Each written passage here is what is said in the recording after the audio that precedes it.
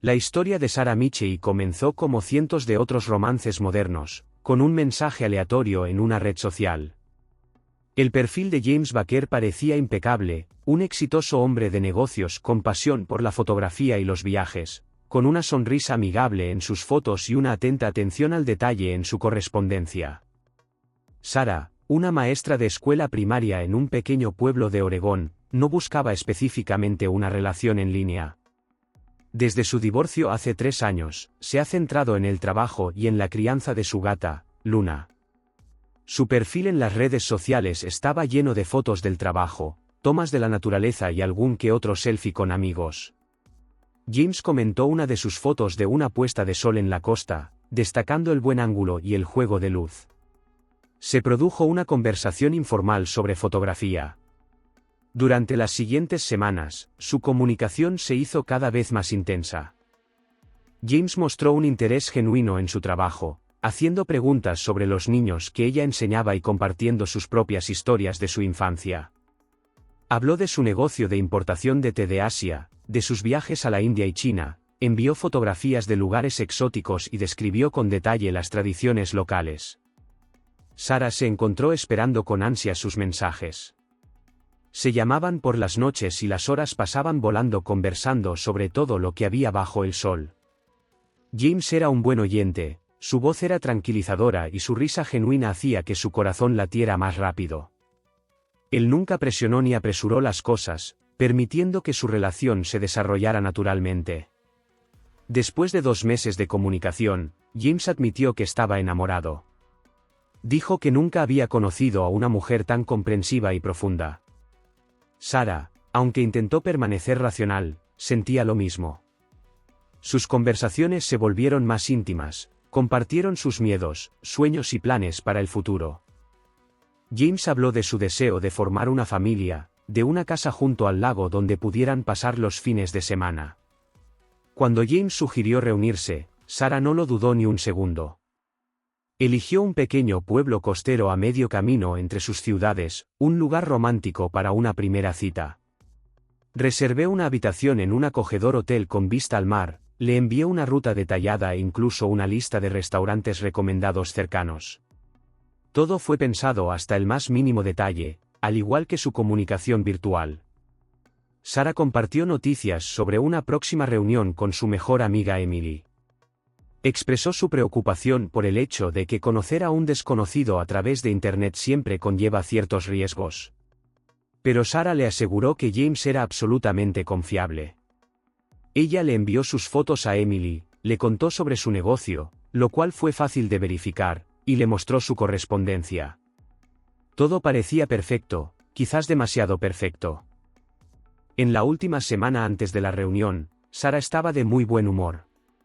Se compró un vestido nuevo, se peinó e incluso comenzó a llevar un diario para capturar cada momento del incipiente romance. James estuvo más atento que nunca, envió fotos de sus preparativos para la reunión, compartió planes para su fin de semana juntos y envió dulces mensajes de voz antes de acostarse. La víspera de la partida, Sarah no pudo dormir durante mucho tiempo. Se imaginó su primer encuentro, su primer contacto, su primera conversación real cara a cara. James parecía el hombre perfecto, como si hubiera salido directamente de una novela. En su último mensaje escribió: "No puedo esperar a conocerte. Has cambiado mi vida". Sarah no podía saber cuán proféticas resultarían estas palabras. Una semana antes de la reunión, comenzaron a aparecer inconsistencias sutiles en el comportamiento de James. Emily, la amiga de Sarah, fue la primera en notar algunos detalles que la propia Sarah, llevada por el inminente encuentro, prefirió no notar. En una conversación, James mencionó su viaje a Hong Kong, que supuestamente tuvo lugar el mes pasado, aunque anteriormente en su correspondencia dijo que estuvo allí hace 6 meses. Cuando Sarah le señaló gentilmente esta discrepancia, él se corrigió rápidamente, diciendo que simplemente había confundido las fechas debido a sus frecuentes viajes. Su explicación sonaba lógica, pero algo en su tono cambió. Emily, que trabajaba en marketing digital, decidió hacer una pequeña investigación. Descubrió que la empresa importadora de té de la que había hablado James efectivamente existía, pero su sitio web había sido creado apenas 3 meses antes. Las redes sociales de la empresa parecían sin vida, unas cuantas publicaciones de artículos genéricos sobre té y fotos que se podían encontrar fácilmente en línea. El perfil de James en las redes sociales también planteó preguntas tras una inspección más detallada. Todas sus fotografías fueron tomadas desde un ángulo determinado, como si quisieran ocultar deliberadamente algún rasgo de su apariencia. En las fotos de grupo siempre aparecía a un lado o atrás. Emily notó que algunas de las fotos tenían bordes ligeramente borrosos, una señal de posible edición. Cuando Emily compartió sus observaciones con Sarah, ella inicialmente le quitó importancia. «Eres demasiado desconfiada», le dijo a su amiga. James es un hombre ocupado y no tiene tiempo para actualizar constantemente las redes sociales. Pero la semilla de la duda ya había sido sembrada. En los últimos días antes de la reunión, Sarah comenzó a notar otras rarezas. James se volvió más persistente al preguntarle sobre sus planes, a quién más le había contado sobre el viaje, qué ruta había elegido. Cuando ella mencionó que Emily sabía todos los detalles de su encuentro, él reaccionó de manera extraña, diciendo algo como: «Algunas cosas es mejor dejarlas entre nosotros». Las conversaciones telefónicas se hicieron más cortas y solo tenían lugar en determinados momentos. James lo explicó por el apretado cronograma de preparación para un acuerdo importante, pero su voz sonaba diferente, más tensa, menos natural. De vez en cuando se escuchaban ruidos extraños de fondo que no parecían el ruido de oficina del que estaba hablando. 3 días antes de la reunión, Sarah le pidió que hiciera una videollamada, solo para aliviar la tensión acumulada. James se negó, citando la mala conexión a Internet en el hotel donde supuestamente se alojaba por negocios. Pero esa misma noche publicó una foto desde su oficina en casa. Emily insistió en visitar el hotel donde se llevaría a cabo su reunión.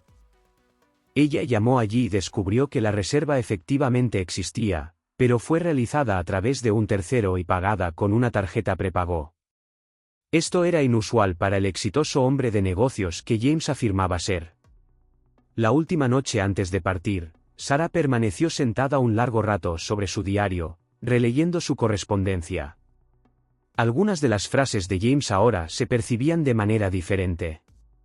Sus persistentes preguntas sobre su pasado, su familia, su situación financiera, todo ello se sumaba a una imagen vaga y perturbadora. Pero cada vez que las dudas se hacían demasiado fuertes, ella recordaba su risa cálida, su atención a los detalles, sus confesiones sinceras, según le parecía a ella. Emily se ofreció a ir con ella o al menos quedarse en el mismo hotel, pero Sarah se negó. «Soy una adulta», dijo. «Si algo sale mal, simplemente me iré». Ella ignoró el temblor en la voz de su amiga cuando dijo: «A veces es demasiado tarde para irse». La mañana de la reunión estaba nublada. Sarah salió temprano para evitar los atascos. Su Ford plateado tenía el tanque de gasolina lleno y una pequeña bolsa con artículos esenciales para el fin de semana en el maletero. El navegante mostró un viaje de 4 horas hasta el pueblo costero donde se realizaría la reunión. En el camino, James envió varios mensajes preguntando sobre su progreso. Escribió que ya estaba en la ciudad, explorando los lugares de interés locales y esperando conocerlos. Cada uno de sus mensajes iba acompañado de fotografías, un pintoresco paseo marítimo, un faro, un café con vistas al océano.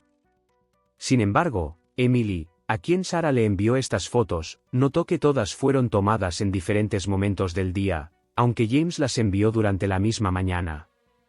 A mitad de camino, Sarah se detuvo en una gasolinera.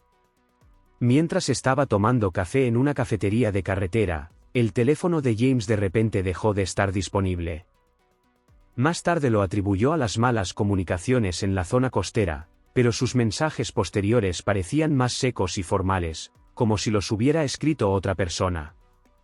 1 hora antes de la llegada el tiempo empeoró drásticamente. Empezó a llover intensamente y la visibilidad en la carretera disminuyó. Sarah puso los limpiaparabrisas a toda velocidad, pero apenas podían seguir el ritmo del torrente de agua. El navegante la condujo por un estrecho camino costero, donde a un lado había un acantilado escarpado y al otro un precipicio que conducía al océano. James envió un mensaje cambiando la ubicación de la reunión.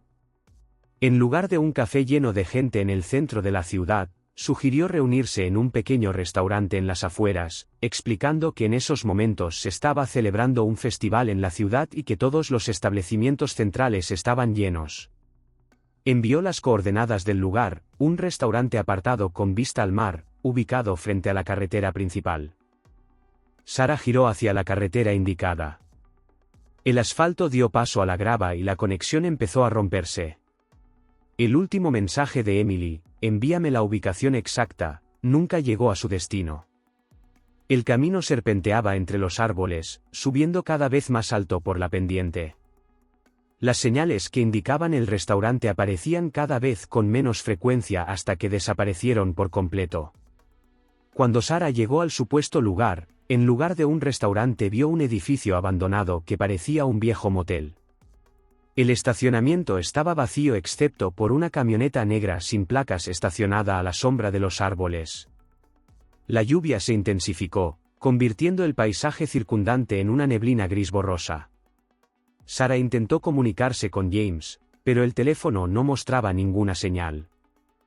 Ella comenzó a dar la vuelta con el coche, con la intención de regresar a la carretera principal, cuando los faros de su coche captaron desde la oscuridad una figura parada en la entrada del edificio. El hombre hizo un gesto con la mano, haciéndole señas. En ese momento, el motor de su coche se paró de repente. Sarah giró la llave de encendido, pero fue en vano. La figura cercana al edificio comenzó a acercarse. A la tenue luz de los faros, Sarah solo podía distinguir la silueta oscura de un hombre grande. Definitivamente este no era el hombre delgado y elegante de las fotos de perfil de James. El pánico se apoderó de Sarah como una ola. Ella intentó arrancar el coche frenéticamente, pero el motor ni siquiera giraba. Las cerraduras de las puertas hicieron clic y se bloquearon automáticamente, una característica que su coche no tenía. Sarah intentó alcanzar la manija de la puerta, pero esta no se movió. El teléfono que tenía en la mano de repente cobró vida, mostrando un mensaje sin leer de James: bienvenido. El hombre se acercó lentamente, con confianza, como si supiera que su víctima no iría a ninguna parte. En sus manos sostenía un objeto que parecía un control remoto. Sarah golpeó el cristal con desesperación, pero el sonido fue ahogado por el sonido de la lluvia. Lo último que recordaba era un extraño olor dulce que llenaba el auto y una oscuridad que cubría su conciencia como una gruesa manta. A muchos kilómetros de distancia, Emily recibió una notificación automática de que la ubicación del teléfono de Sarah ya no estaba siendo rastreada. Inmediatamente llamó a la policía, pero el preciado reloj ya estaba perdido. Cuando la policía comenzó a investigar la desaparición de Sarah, lo primero que les llamó la atención fue la ausencia total de cualquier rastro de la existencia de James Baker. Todas sus redes sociales resultaron ser una ficción ingeniosamente creada. Las fotos que utilizó en su perfil pertenecían a diferentes personas, procesadas hábilmente con la ayuda de editores gráficos avanzados. La empresa importadora de té solo existía en el papel, el sitio web estaba registrado a través de un servicio anónimo y la dirección de la oficina indicada conducía a un almacén abandonado en una zona industrial. El número de teléfono que James usó para llamar a Sarah resultó estar vinculado a una tarjeta prepaga comprada con efectivo en otro estado. Sin embargo, la verdadera personalidad de James comenzó a emerger a través de otros detalles. Un análisis de su correspondencia con Sarah reveló la letra característica de un manipulador en serie. Los analistas del comportamiento observaron una estrategia bien pensada: ganar gradualmente la confianza, crear la ilusión de una relación ideal y aislar sutilmente a la víctima de sus seres queridos. Durante la investigación quedó claro que Sarah no fue la primera víctima. En los últimos 5 años, 4 mujeres más han desaparecido en diferentes estados en circunstancias similares. Todas conocieron a un hombre en línea, todas recibieron mensajes románticos similares, todas tuvieron su primera cita y desaparecieron. El criminal cambió su nombre y los detalles de la leyenda cada vez, pero el plan siguió siendo el mismo. Los expertos técnicos descubrieron que el delincuente utilizaba un sofisticado sistema de redirección de señales para llamadas y mensajes.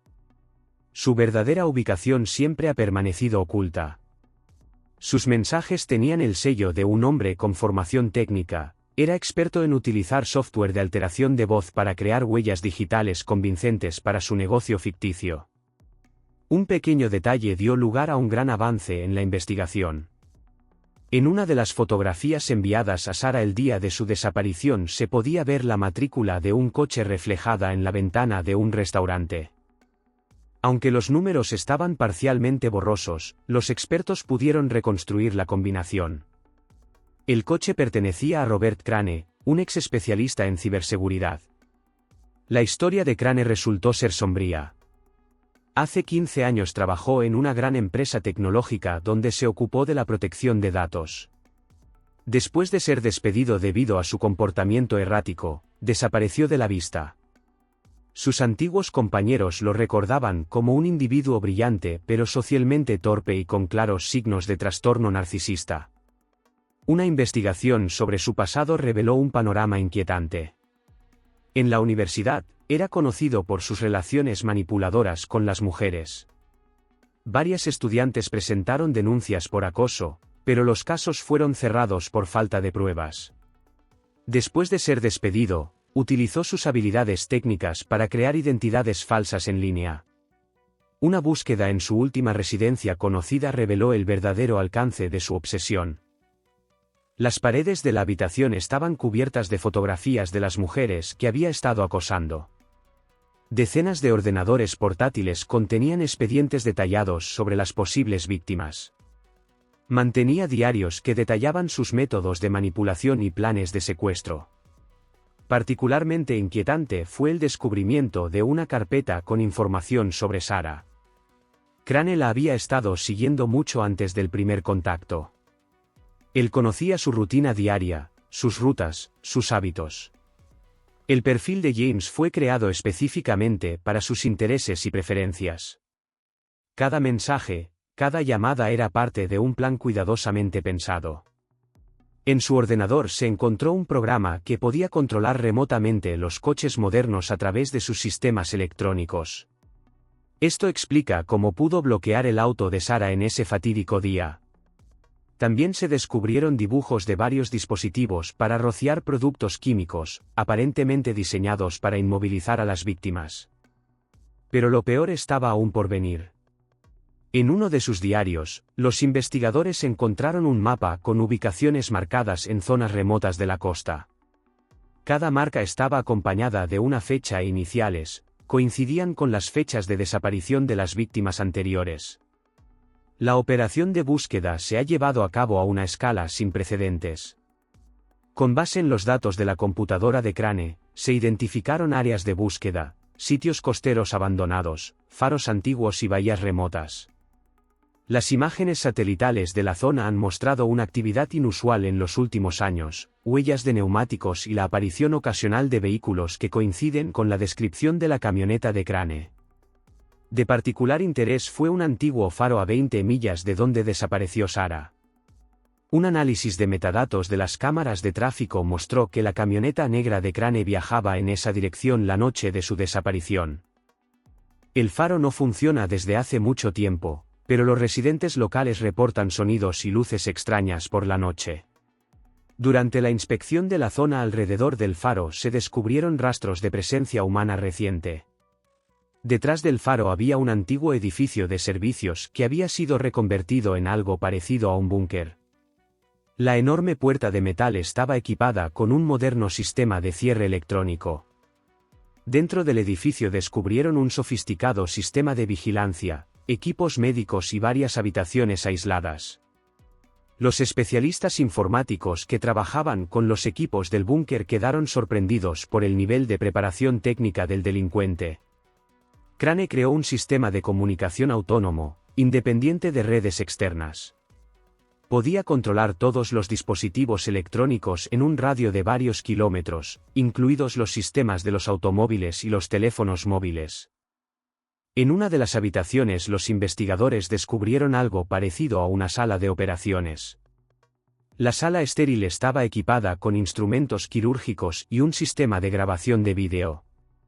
Se encontraron archivos en los discos duros que indicaban que se habían realizado algunos procedimientos médicos. Los expertos han sugerido que Crane podría haber tenido formación médica o haber adquirido las habilidades por su cuenta. La búsqueda de Sarah se hizo cada vez más intensa. Los buzos inspeccionaron las aguas costeras y los adiestradores de perros peinaron las zonas boscosas de la costa. Durante la búsqueda se descubrieron pertenencias personales de víctimas anteriores, joyas, prendas de vestir y documentos. Cada descubrimiento confirmó la conexión entre las desapariciones e indicó una naturaleza sistemática de los crímenes. El análisis del suelo alrededor del faro reveló rastros de varios productos químicos utilizados para la inmovilización y el control mental. Los expertos determinaron que Crane utilizó una combinación compleja de drogas para mantener a sus víctimas en un estado controlado durante largos periodos de tiempo. Sus conocimientos de farmacología resultaron ser tan amplios como sus habilidades técnicas. En el 7º día de búsqueda se produjo un gran avance. Al examinar las salas subterráneas del faro, cuya existencia no se conocía ni siquiera en los planos oficiales del edificio, el equipo de búsqueda descubrió un pasaje secreto. Dio lugar a un sistema de cuevas naturales en los acantilados costeros. Fue allí, en una de las cuevas más profundas, donde encontraron a Sarah. Ella estaba inconsciente pero viva. Un examen médico reveló que le habían administrado sedantes fuertes. En su cuerpo se encontraron rastros de vías intravenosas e inyecciones. Junto a ella se encontraron notas detalladas sobre los procedimientos realizados, escritas a mano por Crane. Trataba a sus víctimas como sujetos de investigación, documentando cada una de sus acciones con la precisión fría y metódica de un científico. Pero el propio Crane parecía haberse disuelto en el aire. Su todoterreno fue encontrado abandonado a 80 kilómetros del faro. Las imágenes de CCTV mostraron que se trasladó a otro automóvil, que había quedado en el estacionamiento del centro comercial. Todas sus cuentas bancarias fueron cerradas y sus huellas digitales fueron cortadas. Estaba claro que se había preparado para la huida con antelación, habiendo previsto cada detalle. El rescate de Sarah abrió un nuevo capítulo en la investigación de los crímenes de Robert Crane. Después de semanas de rehabilitación, pudo dar un testimonio que arrojó luz sobre el alcance de sus crímenes. Durante los momentos en que recuperó la conciencia, Crane habló con ella y le contó sobre sus experimentos con víctimas anteriores. Su objetivo no era solo el secuestro, estaba estudiando los mecanismos de control mental utilizando una compleja combinación de manipulación psicológica y productos químicos. Durante la extensa investigación, se descubrieron vínculos con otros casos de mujeres desaparecidas sin resolver. Se encontraron rastros de sus actividades en diferentes estados, refugios abandonados equipados con un principio similar, registros de observaciones, registros médicos. Crane operó durante más de 10 años, perfeccionando constantemente sus métodos. El análisis de sus ordenadores reveló la existencia de toda una red de delincuentes similares que se comunicaban en foros cerrados en la Darknet. Crane fue uno de los participantes más activos, compartiendo sus experiencias y técnicas. El descubrimiento dio lugar a una serie de detenciones en todo el país, revelando la existencia de un grupo organizado especializado en el acoso cibernético. Sarah se estaba recuperando lentamente. Las consecuencias físicas del cautiverio fueron menos graves que el trauma psicológico. La comprensión de que el hombre en quien confiaba era un monstruo la atormentaba en sus pesadillas. Comenzó a trabajar con psicólogos que se especializan en ayudar a las víctimas de este tipo de delitos.